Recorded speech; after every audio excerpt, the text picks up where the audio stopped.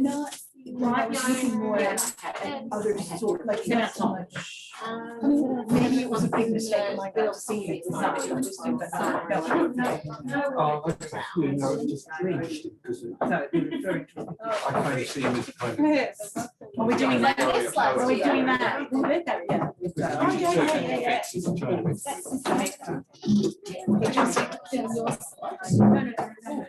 This chair, this chair might go over London. You will see it first. Have it really. All right, okay, microphone's on. We lived without microphones for tens of thousands of years. Testing. Quite loud, thank you. And yours is on. That's my on. Hello. Yay. We can't expect to be brilliant authors and technicians as well. That's a lot of skills to have. No. Are we supposed to say anything on there? No. Yeah, you can see yourselves. You're up there. And now you can wave to everybody on Zoom. While you guys are waving, I'd like to make you all very warmly welcome this evening. My name is Fiona, and I'm delighted that the wonderful Linda Jaivin has returned to us again to celebrate her wonderful new book, The Shortest History of China. So firstly, I'd like to begin by acknowledging the traditional owners, the Yagara and Turrbal, and pay all of our respects to elders past, present and emerging. And because we have a lovely audience on Zoom, we know that people are joining us from all around Australia, and I'd like to acknowledge the traditional owners on wherever people are this evening. Bit of housekeeping. Now's a chance to turn your phones to silent, but do feel free to engage in as much social media as you like. If you're tweeting, we're at Avid Reader 4101. We will have a wonderful conversation, and then that will be followed by a signing at the end. Now, it's my great pleasure to welcome Dr. Anita Heiss, who will be doing the official in conversation. Wave. Did you wave? Thank you. Dr. Anita Heiss is an award-winning author of non-fiction, historical fiction, commercial women's fiction, children's novels and blogs. She's a proud member of the Wiradjuri Nation of Central New South Wales, an ambassador for the Indigenous Literacy Foundation, the Go Foundation and the Warra Aboriginal College. She's also a board member of University of Queensland Press and Circa Contemporary Circus. She's a woman who doesn't sleep. And she's a professor of communications at the University of Queensland.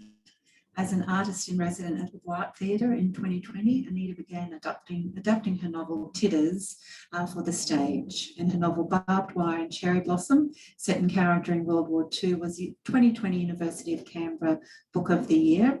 I have plenty of Anita's new book, which is for sale at the counter as well.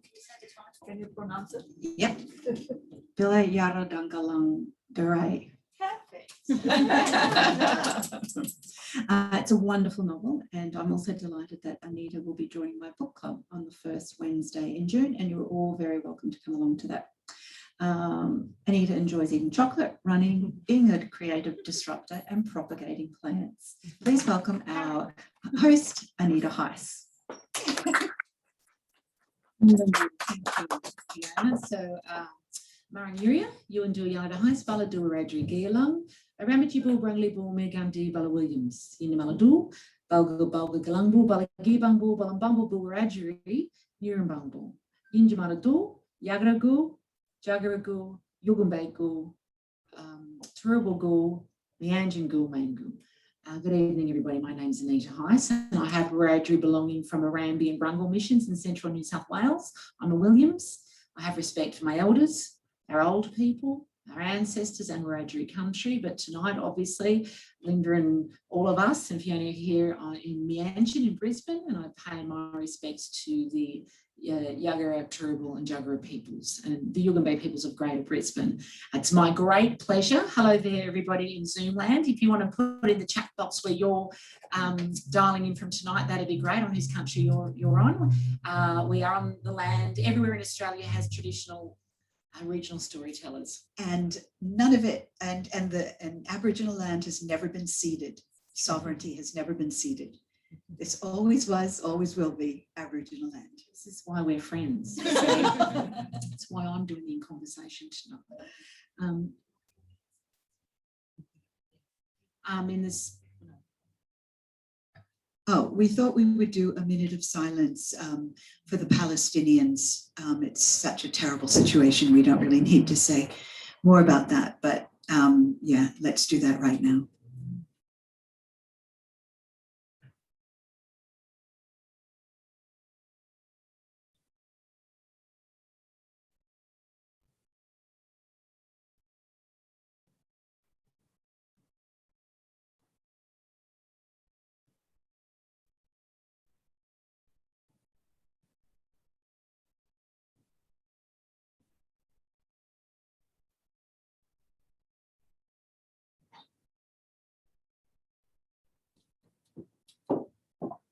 Thank you. It's Linda. Really pleased that you could all join us this evening here at Avid Reader, but also online. So it's my great pleasure to introduce you all to, for those of you who have never met Linda, Linda Jaivin received a degree in Asian Studies and Political Science from Brown University. She then travelled to the Far East, living and working in between 1977 and 1986, my sources tell me, working in Taiwan, Hong Kong and Beijing. Now, during this time, she furthered her study in Mandarin and became Asia Week's correspondent for Taiwan, Hong Kong and China, specialising in Chinese culture and current affairs. Linda emigrated to Australia in 1986 and continued to work as a freelance writer in the field of Chinese contemporary culture and as a translator. And she also began contributing erotic stories to Australian magazines. Linda writes essays, reviews, columns, non-fiction, short stories and drama. And I'm sure I think there was an opera there somewhere at some point. An opera there somewhere. It was, wasn't it? I've read Speaking opera. Is that what it was?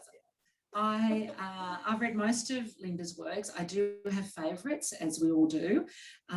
Tonight we're here, though, to talk about the very big questions and the very big story that appears in the shortest history of China. I said to Linda tonight, yeah, you say it's the shortest history, but the font's very small. So It's not a children's book. It's not a kid's book. No, it's amazing. Okay. Look, what I wanted to do really quickly today I went and had a look at, because Linda's got quite an extensive publications list. So I went to AusLit, which for those of you who don't know is the Australian Literary Database, and it's the repository of every single thing that's been written and published by Australian authors, okay, since the beginning of printing till now. And for every agent page, for every author, it'll list the top 5 works that are most referenced, the top 5 works that are most looked at. So I'm going to read you the top 5, and I'm interested in whether you're surprised by these at all. So coming in at number 5 was The Year the Dragon Came. Right, yeah. No, that's actually a UQP publication. And that's so interesting. 1996. And that was actually was it interview? And you were the editor? No, I was the editor and main translator, and Sanya, Sue Travaskis's husband, who's a great oral historian, a Chinese oral historian, did a whole bunch of oral histories of Chinese people in Australia. So amazing. So number 5 on that long list. Number 4 was one of my favourites, The Infernal Optimist, which came out in 2006, which is a novel and quite funny, but I'll come back to that. Number 3, I think you'll be surprised by this, Miles Walker, You're Dead. Really? Yes. The most obscure novel I wrote. Came out in 1999. I have a story about that. Number 2, Rock and Roll Babes from Outer Space, which came out in 1996. The silliest novel I ever wrote. And can you guess what number 1, your number 1 most? Eat Me. Yes, Eat Me. So I read Eat Me, when I lived in Matraville after I met you. I read Miles Walker, You're Dead in Hamburg. And I'm from memory, it's around the Australia Council stuff. There's an arts council subscription. I read Dead Sexy. Do you remember this short, the Dead Sexy, down at Kongwong Beach? And The Infernal Optimist, I read that the minute it came out. I went into reprint within 2 weeks. And I know this because they announced it at the launch in Glee Books on the night, and it was one of the most beautiful launches I've ever been to. I don't know if you remember. I There was do. singing and so forth. But there was also, it was launched by a young refugee who said, he goes, I'm really, really delighted to launch this. He was actually a refugee in Villawood. It was somebody I'd visited, and one of the people who'd given me a lot of the stories for the book. And then he had been released, recognized as a refugee. And he said, I'm especially really thrilled because it's the first book that I've read from beginning to end, and I'm launching it. It was a really beautiful launch. But what's interesting about this, and what Linda does very well in her fiction, we are going to get to the book you'll hear about, is that it was around refugees and life in Villawood. But it was a very funny novel about something that's very serious in terms of social justice, and many of Linda's novels speak to significant issues that many of us are interested in, but in a very engaging way. Okay, so I just wanted to acknowledge that. Now, I'm interviewing you. I have no background in Chinese at all. I barely speak English very well. But You've been to Shanghai. I've been to Shanghai. But Linda and I have been friends a very, very long time. I heard Linda speak, I think it's 1996 or 1997. Will you take your photo? Can I be looking for that? Right. And I didn't know anybody. It was at the launch of the Queensland Writers' Centre calendar for the year, for the programs that were coming. It was in a pub somewhere. And it might have been at Breakfast Creek in Brisbane. And I'm up the back, and it's about 200 people in the room. And I'm at the back, I don't know anybody, and here's this woman who I don't know, and she's reading some very raunchy material at 10 a.m. on a Friday morning, and I'm looking around the room thinking, is this appropriate content for the launch of a Writers' Centre program on a Friday morning? Clearly I was the only one that thought like that. And then a couple of years later, down at the Bermagui, you remember this? And so we were in the program at a brand new festival organised by local people in Bermagui. It was beautiful. Very much like the community here in West End. And I didn't know Linda, but there was poetry at sunrise by Camel Rock, and I was doing a reading. You came along. It was Aboriginal poets reading poetry at dawn. At dawn, yeah. And because the local council wouldn't support the festival, the people had decided that they would. So LJ Hooker provided holiday accommodation for writers. So we were sort of put together with people, and I was with Jennifer Martinello, who's an Aboriginal poet from Canberra, and she kept saying to me, who's going to come and see Aboriginal poets read their poetry at dawn on a beach? And she didn't like the morning, and she was really nervous. And I said, I'll go with you. I'll get you up, And she said, I'll get myself up. But yeah, it would be great. Anyway, it was very, very funny. We're both clutching cups of coffee. She's driving. We're going, where's Camel Rock? That looks like Camel Rock. No. And she's like, nobody's going to be there. And we get there, and there's like 40 people. Yeah, we didn't talk about this beforehand. Yeah, we have the same memory. There were 40 people there. Yeah. But back to me. Anyway, and so at the end, Linda comes and introduces herself, and I tell her that I think her reading was inappropriate. But I was grateful that she was there. And then later on during that festival, I saw her walking down the street, and I had a car, and Linda can't be in the sun very much. Very fair out there, right? So we picked her up, and I picked her up, and we became friends ever since then. That's because you had a car. You might remember this, but you read the first draft of my first novel, Who Am I, the Diary of Mary Talents? I did. And that came out 20 years ago this year. So it's been a long journey to get us here tonight, and this evening's only over, and we haven't talked about the book yet. Okay, but you have to tell them about our comedy routine.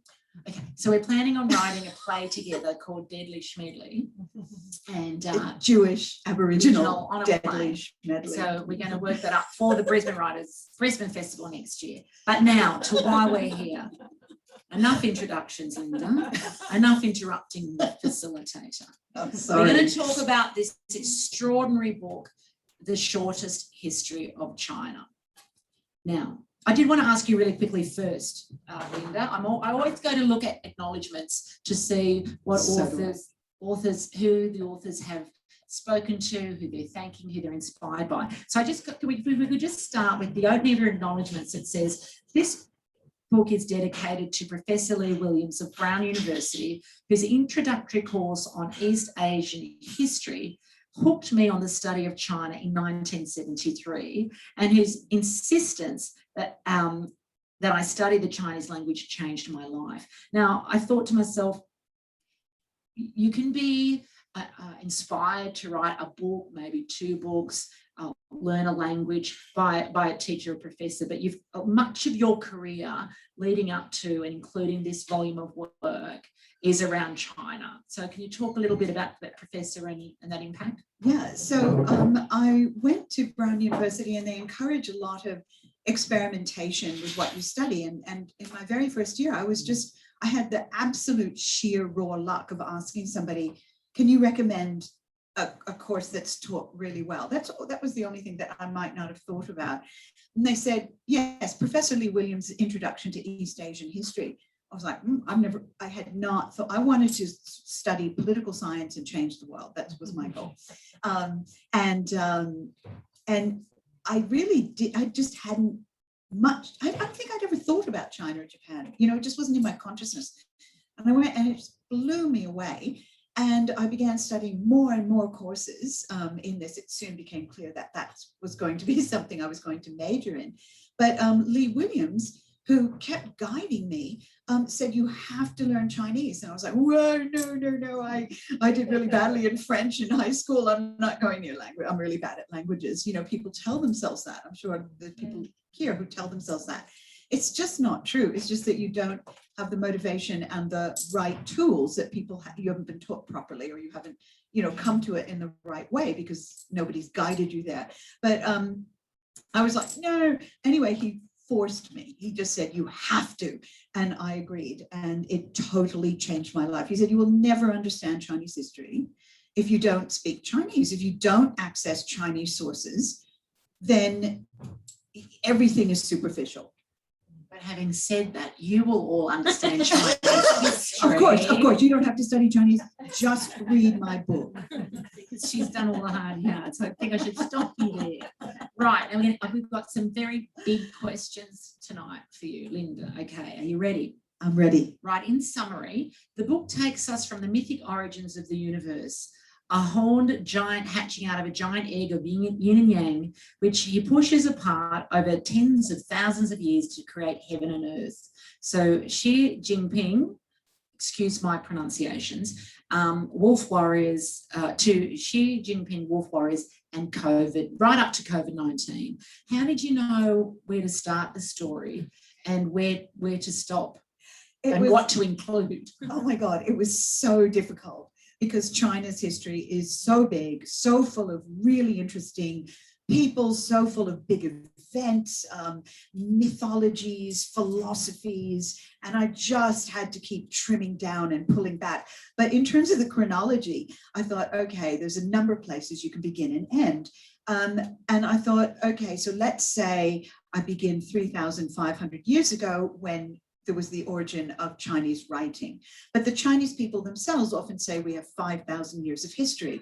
So, okay, that actually includes a whole bunch of mythological emperors and things. So I thought, okay, well, let's go back 5,000 years.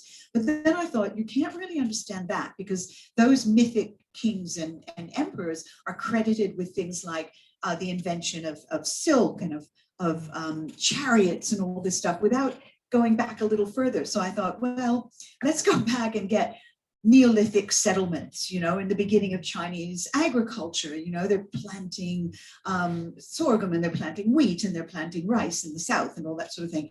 And then I was like, but we really got to get Peking man in there if we're going to go back this far. And then it was like, well, since I've gone back that far, let's go back to the origin of the universe. It's just a hop, skip, and a jump. So the real thing was how to find the rhythm, how fast to move through the different periods, because there were periods that expanded a little bit more because I felt they were important and so on. And I thought, well, let's be super ambitious and take it up to the present day. But in terms of how do you kind of go, how do you look at each period of time? I said each period of time to me has something really special about it that makes it interesting. So just for one example, the Zhou dynasty, which includes this whole period called the Warring States and so on, it's really interesting because it's the beginning of Chinese philosophy. and you have Confucius, and you have the Taoists, and you have the legalists, and all these other people who you'll meet in my book, who influence the course of Chinese history. And so the focus of that particular chapter is very much on these philosophers, on the philosophies, and what made them, you know, what circumstances kind of made them who they were. Hey, just listening to you now and off my script, you have to make decisions on what you include and what you leave out. So you mentioned this series of events, obviously over all this time. How do you know which events to include, and what would you say to the audience tonight? Maybe 3 of the main events in the history that you talk about. I know. Well, let's make it really short. Okay, 3 events. One event would have to be the so-called unification of China under the Chinchihuang Emperor in 221 BCE. The reason that's important is that that was the first time that there was an empire, and he unified the writing system. He created the Great Wall, so he created a kind of a physical empire, and he even unified the axle, weights and measures, and the length of axles in carts. Can anybody guess why that's so? Exactly, because if you've got dirt roads, you want everybody to go on the same ruts. Can you tell the audience online what the answer was? The answer is it's for transport. It's to make it work because there's dirt roads and they have to go along those. Now, the interesting thing about him, two very interesting things is, one is, as you'll see from the map in here, the Chinese today talk about Chinchihuang unifying China. Well, that China was a China without Xinjiang, without Tibet, without the Southwest, without the Northeast, and without a huge chunk of the Southeast, without Taiwan, without Hainan Island. Just saying. It is interesting. But the really important thing about Chinchihuang, the legacy, is that he was also a tyrant who banned books, burned books, killed scholars, killed dissidents, you know, people who didn't agree with the philosophy that he had for rule. And so the enduring legacy of Chinchihuang is unity, like this amazing ideal of unity, of unifying warring states. But does it have to come at the price of tyranny? It's a question that Chinese people have asked themselves for thousands of years ever since. So that's one big event, I would say. Another, just to kind of, oh God, there's so many, it depends on what you're looking at, but I'll kind of zoom ahead to the Qing Dynasty and the Opium Wars, because that was the imperialist powers invading China for mercantile profit, and basically semi-colonizing parts of China, including the port cities of Shanghai and Tianjin, and taking over Yangtze trade. This was the beginning of what the Chinese today call the Century of Humiliation. And it really was a mess because China had a very self-sufficient and more or less working model of governance that had kind of rolled on through the years and had its problems, but you know, it was a thing. And then it suddenly got shattered and interrupted, and in a very violent way. And that was a huge event that then changed the course of Chinese history after that. The third event that I'll choose, and if on another night I might choose an entirely different 3 events, might be 1949 and the Communist Revolution, because again, we see this very radically different shift into a new system, a new way of thought, and a new way of being a Chinese nation. New goals, etc., but also some very old goals and some very old problems. So all the old problems of succession, how do you manage succession? How do you manage corruption? How do you unify, keep a state unified? What degree of tyranny do you need to exercise? All of the old historical questions persisted into the modern era. Can I just pick up this point of tyranny? And you mentioned in the number 1 event, which was around the reign of, again, excuse my pronunciations, Chinchihuang. Yeah, Chinchihuang, which began in 221 BCE, which was before Cook entered. Now, you mentioned his behaviour around burning books, murdering scholars and so forth, leaving a very troubled legacy. And I'm just wondering how much of that is still relevant today. Is the exercise of tyranny the only way that China can be held together? Well, I would say there's probably other ways, but yeah, I mean, only the Chinese can decide that. But if only they could be given the choice as well, you know. But yeah, it's a really troubling legacy. And Mao specifically, okay, so there was an ancient historian called Sima Qian, and he lived maybe 100 years or so after after Chinchihuang, and he wrote about it, and he said, and he gave us that famous expression of burning the books and burying the scholars. And he said that Chinchihuang had buried 460 scholars alive. Now, as I point out in here, historians have since questioned whether, not whether he killed people and killed dissidents, but whether he actually buried them alive, because it wasn't in the penal codes of the Qin, burying people alive. A lot of other horrible things were, but that wasn't. So that's kind of interesting. But then you go to Mao, and somebody accused him of being a tyrant, okay? And they said, you are like Chinchihuang, you know, the burning of the books. And he said, I can't remember, I've got his exact words in here, but he basically said, Chinchihuang, I am so much greater than Chinchihuang. He buried 460 scholars. I've done, I think it's like 460,000 or something, or 46,000. I can't remember which number but he basically said, I am even more of a tyrant. So very interesting. Very interesting, yes. I want to talk about, there's lots of themes. Can I just bring in another thing about tyranny? Of course. So this is another thing about Mao, which is quite fun. Mao, the communists were in the caves of Yan'an during the Civil War before the revolution.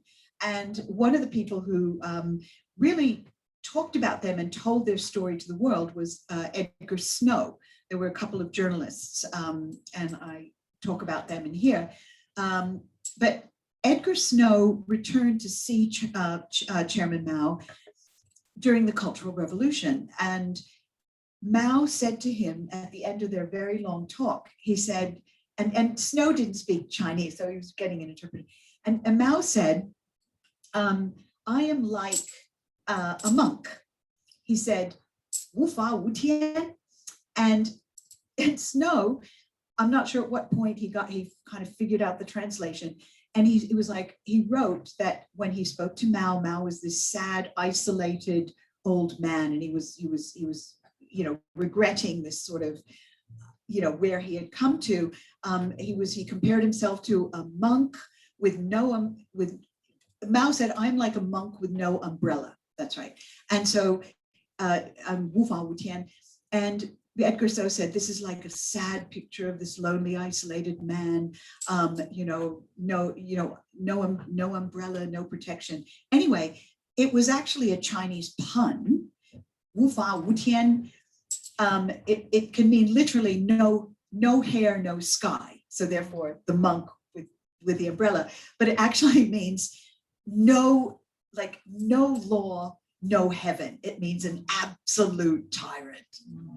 And Edgar Snow is oblivious. May I comment on that? Yes, of course. I think at the time of revolution, when he had to overthrow an old dynasty, that was the spirit needed at that time.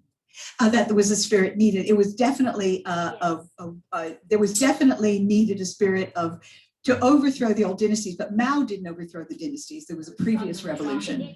But he continued from there. He was continued. born in 1895. Yes. So continued from there. His generation had that spirit Yes. to overthrow the Qing Dynasty and continue on the revolution, because they still had to fight with the warlords. Yes, they had to fight with the warlords, and they had to overthrow the Kuomintang, which was exactly. Oh yes, yeah. But it was the Kuomintang But yeah, well, the Kuomintang thought that it was so complicated. It's kind of summarized in here. In the shortest history of China. Yeah. For those online, there's some fantastic conversations coming from the audience that you're missing out on those. But we're going to move on. We could talk for days, but I want to talk about some of the themes in the work. Now, the idea of China. The word refers to the Qing Dynasty. It's represented in Chinese by a number of phrases.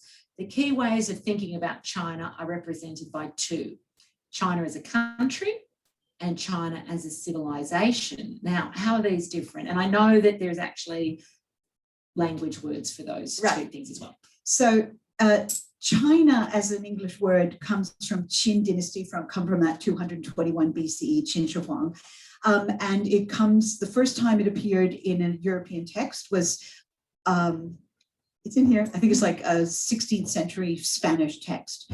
But they didn't call, there's nothing like China in Chinese. That's not a Chinese word. So the Chinese people throughout the different dynasties didn't call themselves Chinese. They called themselves a person of the tongue, a person of the Han, that kind of thing. It was later that these concepts sort of came to the fore. And you have two main, what I say is, when you think about China, there's many ways of saying China in Chinese, but there's two that kind of summarize these ideas. One is Zhongguo, and Zhongguo, with even the characters that are used, suggest a country with a border and defense and a population. And Zhonghua is suggestive of a civilization. So Zhonghua is a glorious civilization that's a kind of almost eternal thing and doesn't have borders. So Zhonghua can exist in this room. Zhonghua can exist wherever there are Chinese people. But Zhongguo is the notion of a nation. We all get that? Very smart audience in the room here tonight. Now, some people might be surprised to learn that China is a heterogeneous nation made up of diverse ethnicities, strong local cultures, different languages, and a long and rich tradition of political, artistic, and intellectual rebellion, nonconformity, and quirkiness. This is often obscured today by the Chinese Communist Party's insistence that it speaks for all Chinese and sentences beginning with "we Chinese believe." But even the official national language of Mandarin is only spoken with native fluency by a small minority of the population, and another sizable minority barely speaks it at all. And that's according to Chinese official Ministry of Education statistics from about 7 years ago. So, yeah. So with that in mind, what can you tell us about the construction of a national culture? Okay, so basically, as I said before, people identified with their dynasty or their locality. So somebody was a person of Hangzhou, they were a person of this particular place, and they were a person of the dynasty. So it was only towards the end of the Qing Dynasty, the Opium Wars were just the beginning of a whole lot of imperialist incursions and insults to China, that people began to get a kind of a sense of a national culture. They began to put that together, and it came together with the discovery of oracle bones, the first writing, and a number of other developments, and words that came from people who studied in Japan and picked up words written in Chinese characters in Japanese texts that describe things like nationhood and so on. So these ideas began coming to China at the end of the 19th century, early 20th century. And so this idea of being Chinese, at some point in the Qing dynasty, one of the emperors said, "I can't understand any of you people in my court," because he was a Manchu, he wasn't a Han Chinese. And so he asked them to all please speak more or less with a Beijing accent so he could understand them. That was why we call that Mandarin, because it was the Mandarins in the court speaking that. But then as they were constructing the idea of a nation and the revolution that would end the Qing dynasty and so on, we have to have a national language so we can all speak together. So there was a conference. I mean, this is how difficult it was. There was a conference in the 1910s to put together a national language. And a Shanghai and Cantonese were saying, we want our Cantonese to be the national language. Shanghainese, we want it to be the national language. And there was all these arguments. And the Shanghainese said something to a Beijing person. The Beijing person misunderstood it as an insult and punched him in the face. And that just kind of illustrates the need for a national culture, a national language, but also the difficulty with it. So I think that the concept of having a lingua franca has always been a phenomenon in the Chinese history, even in the Analect, the book about Confucius words. And he mentioned that when Confucius cited, when he read certain books, he would use certain language. While he's singing, he would use certain language. And at the end of Qing Dynasty, the last emperor, his teacher, his Chinese language teacher was actually from Fuzhou. So obviously they had the lingua franca between them. And Qianlong, the emperor Qianlong of the prime time of Qing Dynasty, so he actually was very erudite in the Han culture. Yes, but there was the Manchu culture, the Han culture, and the Manchus were learning the Han culture. There still wasn't that sense of a construction of a national culture. And Confucius's time, the interesting thing is everybody spoke different dialects, but they were already writing the same words because of the, they were getting to the point where they would write the same words, but they did pronounce them differently.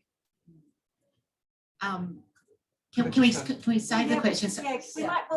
Because people down the line can't hear what's going on. So during question time, we'll have the microphones out. We've got 10 minutes. I really want to ask you this particular question, and that is, Chinese history is full of amazing women that are often overlooked, underplayed, manipulated, or vilified by historians, not unlike a whole lot of other countries, obviously.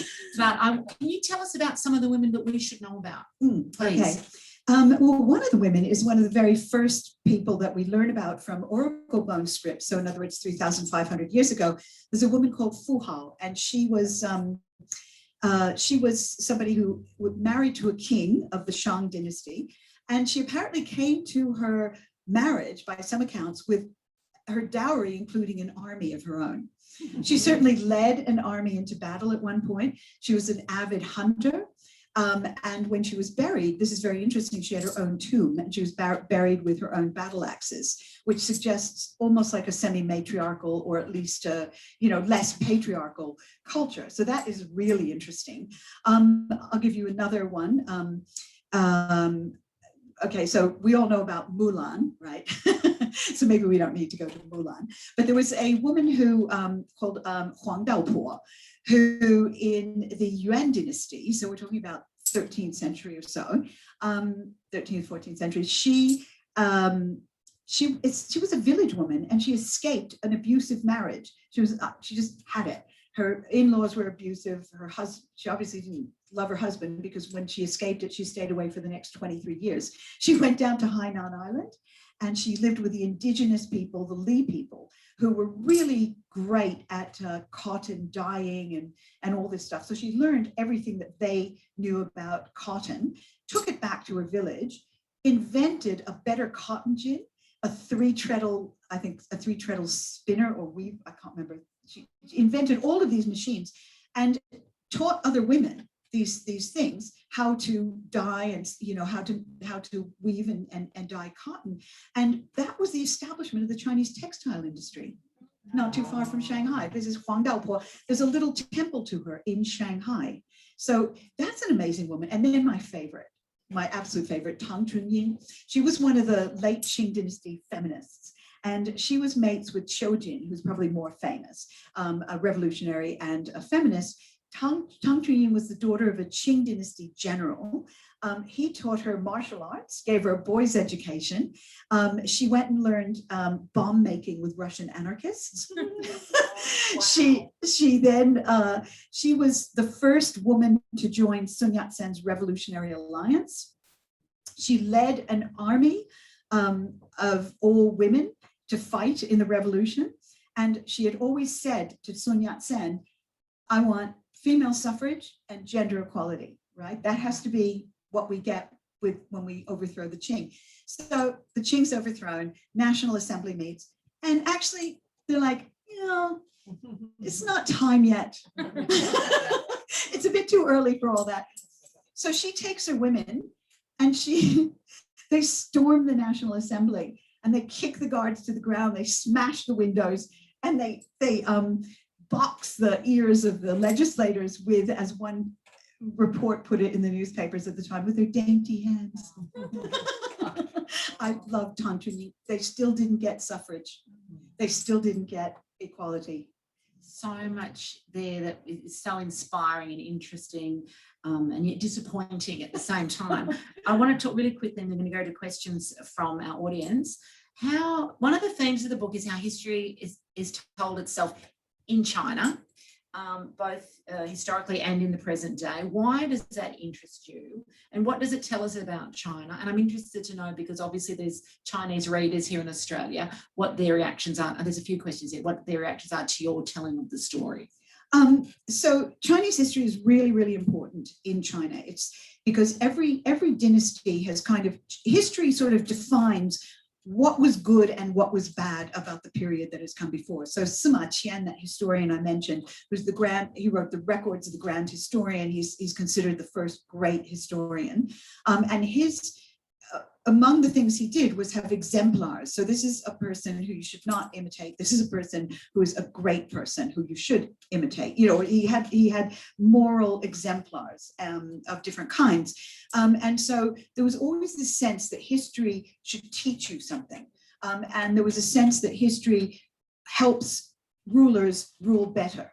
So it's been taken very, very seriously throughout Chinese history. History has been a very serious pursuit.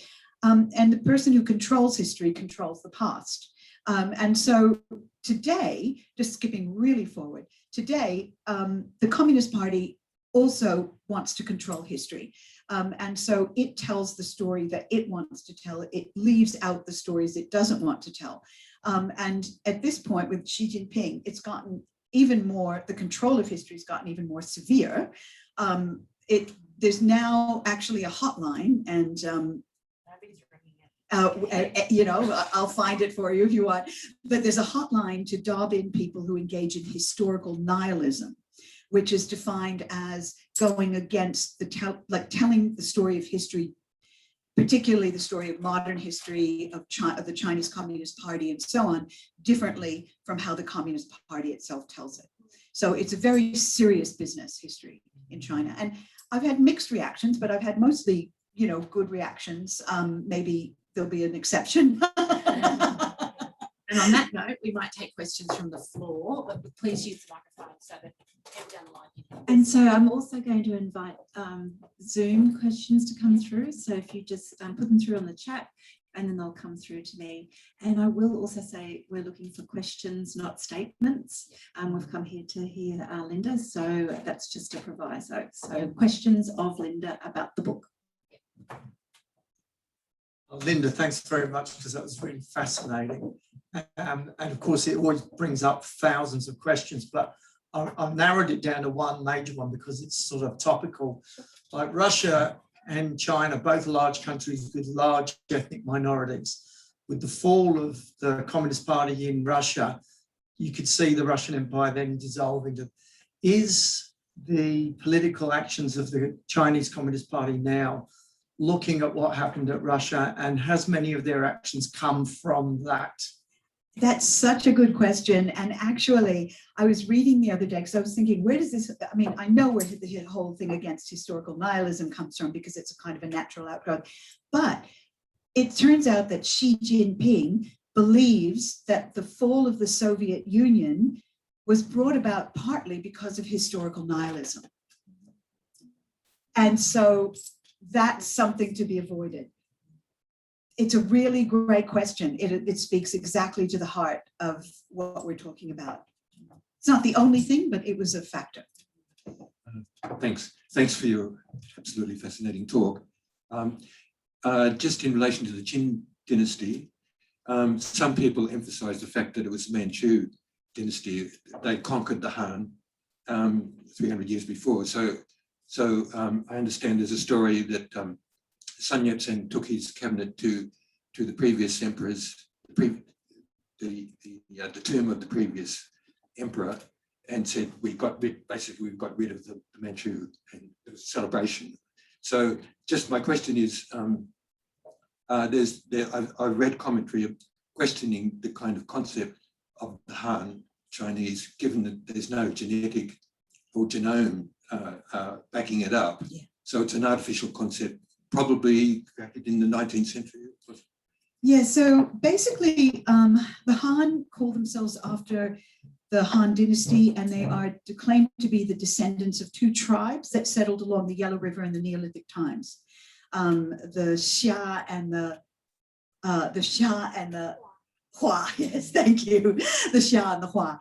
And so they claim also mythic emperors, the Yellow Emperor, for example, as their like long ago ancestors. So they've got that kind of line, but you're right, there's no genome, there's no, thing.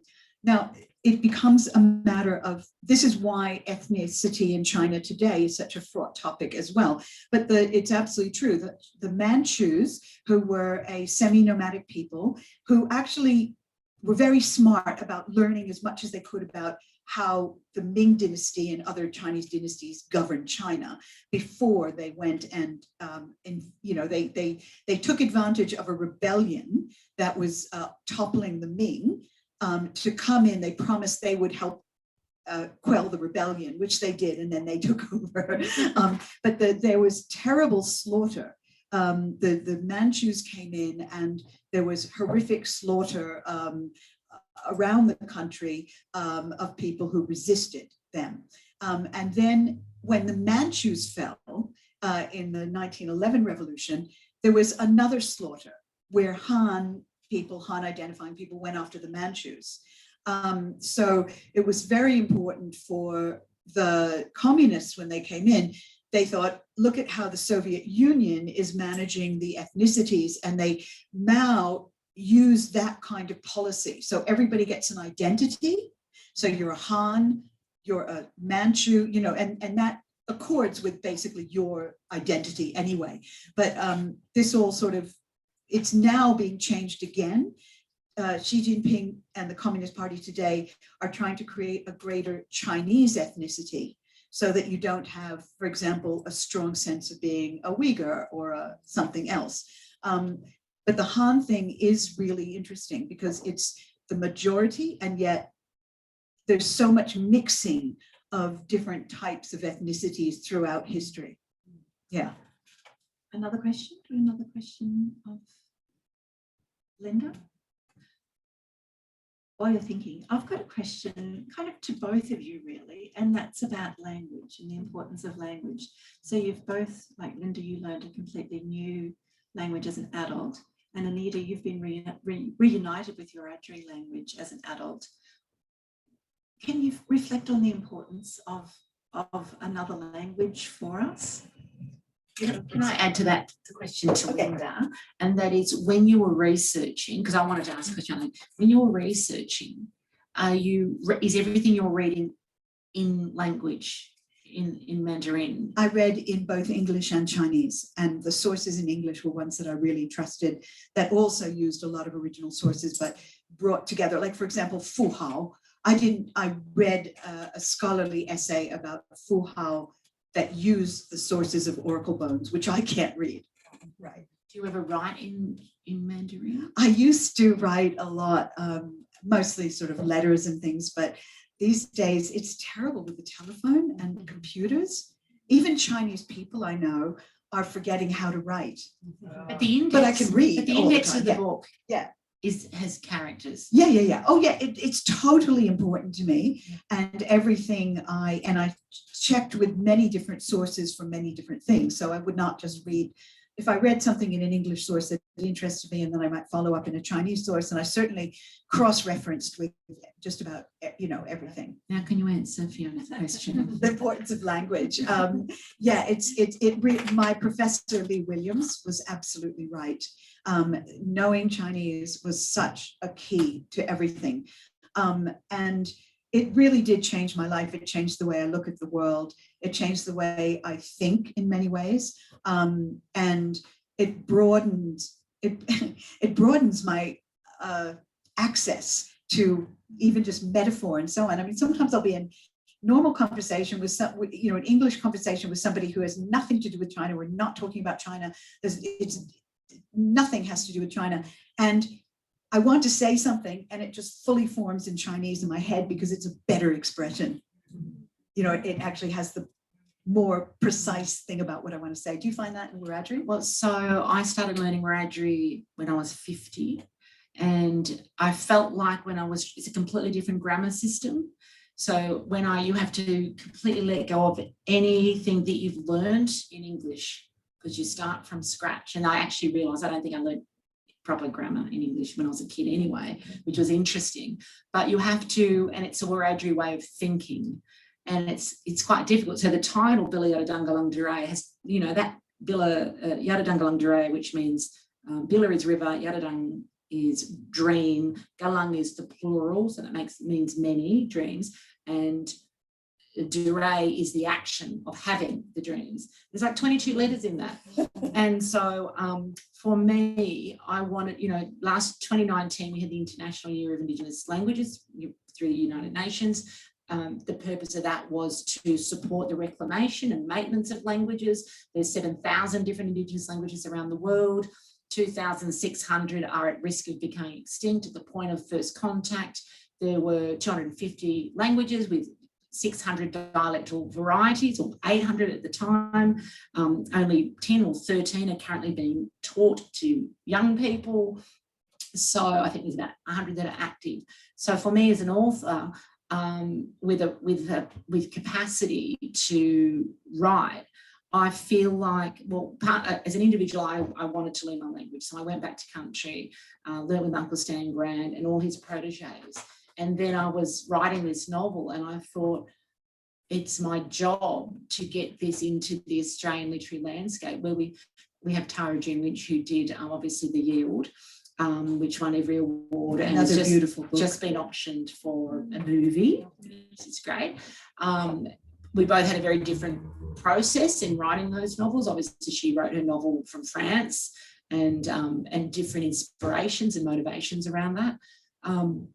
But it's the first time in Australian publishing history we've had an Aboriginal language on the cover of a novel. And so my thing for publishers is what, you know, Uncle Stan's legacy is recording all of that language. My legacy is putting that into a novel. And I think Australian publishers have a responsibility for, what's their responsibility for ensuring that First Nation stories are told the best way they can be told. So, but I'm on my L plates. I know a skerrick of what there is to know. But you know what you were saying about the language being so different from English. I mean, Chinese was the same. It was like there's no points of easy connection. It's not like learning French and you go, oh yeah, I got that, you know. Yeah. But once you get past that point, because I began studying Chinese in 1976 or 5 or something, I can't remember now. And so once you get to a certain point, then that doesn't matter anymore. You know, you just keep moving forward. I've just got a question. Got a couple of questions from Zoom. So, so a question from Bron. Will Linda's book be published in China, and has she had any reactions from Chinese readers? I've had good reactions so far from the ones who have gotten in touch with me, but no, it won't be published in China because it's historically nihilist, and it's not anti. It doesn't sort of go, oh, everything the communists did was bad. No, it doesn't do that. But it also talks about the Cultural Revolution, which, you know, you're not supposed to talk about. And it talks about things that, yeah, it doesn't, it's too independent. So it won't be published there. It will be published in Russia, Japan, Bulgaria, Italy, Portugal. I'm hoping, I mean, look, at most Taiwan, you know, but on the other hand, do the Chinese people really need a shortest history of China? You know what I mean? Like, so that's the other question. You know, I think it's more, the Chinese people who might read it are more people I would think would be the generation that was born, you know, generations of people who were born overseas, who have that connection and interest, but don't have the direct access. And there's another question from Angela. In light of your comments about the amazing historical female figures, what is the position of women in present day China? Okay, so that's a really interesting question. I was just reading this morning, I was catching up on my favorite feminists in China, who are absolutely, they are so strong, they are so amazing, they're so smart, and they really are in a lot of trouble. They are constantly threatened with laws like, causing trouble laws. And the really terrible thing is this very virulent strain of nationalism that we call the wolf warrior nationalism. And we think of it as turning on the West. And, you've got these diplomats who are always like, but in China, the wolf warriors, there's a really kind of horrible strain of macho nationalism that turns on the feminists. And, I was reading a thing by one of the leading feminists who, she constantly gets threatened that somebody's going to throw acid in her face, that they're going to rape her parents, that, you can just imagine it's the usual shit.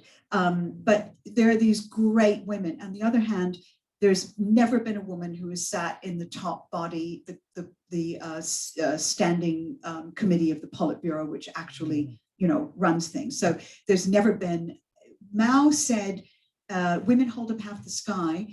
Why did he say that? Because in the 1950s, when agriculture was being collectivized, there was one little village where, because all the men were being paid far more than the women in work points, which was how they were paid, the women were paid almost nothing, the men were paid decently. So all the women in this particular village just stayed home. They were like, we're not going to go out into the fields, and the woman who was the communist cadre in charge of women's work in the village said to the village chief, this is crazy. We really need to give people equal pay if we want them to work. And so he said, okay, let's try that. So they gave equal pay. And do you know what? Productivity went up in that village by threefold, not twofold, threefold. And so Mao heard about this because everything was sort of reflected up. And that's when he came up with this thing. He said, actually, let's pay the women the same, and women hold up half the sky. But in terms of political power, they simply have not been allowed that. We have a statement here, I think. A question. You have a question or a statement? Okay, so I would like to say that my mother got the right to have education when Communist Party came over. And even today, when I go over to China, I will see many of my peers, especially the ladies, they have a lot of, they have the power, economical and political power. Well, they have the good positions, they are CEOs, they are teaching professors, they're great professionals. There are wonderful professionals, there are many. But they are not, probably not in a political bureau. Yeah, they're not in the Politburo and they're not at the highest levels. They're not the party secretaries of the provinces. And so there is a glass ceiling. But there are some, because the women in China, there's so many amazing women. There's so many fantastic women, so many entrepreneurial geniuses. They really have made their mark wherever they can. But the thing is that if you look at the actual statistics, there is a glass ceiling in politics and it's quite real. Oh, we share so much in common, don't we? Yeah. Do you have a quick question? Yeah. Hi, my question is about your work as a translator and how that built toward the research of this book. That's really interesting. So I've done literary translation. Most of my translation is film translation. That's what I actually really love doing. And so I do the subtitles for films, and I've been doing this for many, many, many years, probably over 30 something years. I've done, I don't even know how many films I've done, but I've done films by Chen Kai-ge, Farewell My Concubine, some of you might have seen, Hero by Zhang Yimou, Wong Kar-wai's Grandmaster, and so on. And the thing about film is that, or even the literature that I've done as well, is that it's such a close reading. Translation is really close reading.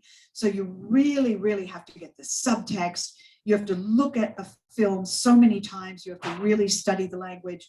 If you're doing a short story, similar, but and you absorb so much. You get to think a lot about what you're seeing. So a lot of the cultural subtext you know, comes through. You know, you really think about this. So I've learned so much by subtitling in particular. Every film that I subtitle, I'll see like 8 times or 10, you know, many, some scenes I'll just watch 12, 13, 14 times until I get it right, you know, and so it's that close reading of culture that has been so beneficial. I think that's a wonderful place to end. That has been a wonderful, wonderful conversation. Can I ask you to join in? Thank you. Thank you, Anita. Everybody who joined us on Zoom, don't forget you can buy copies through the link that would have been sent around to you. People in the room can buy copies at the counter, and Linda will be signing at a little table. Thank you all very, very, very much for joining us. Thank you, Fiona. It's so great to be here at Bookshops Open and this beautiful, beautiful bookshop of yours. So nice to be back. Thank you. Award-winning bookshop. Award. Award-winning. In the top 3.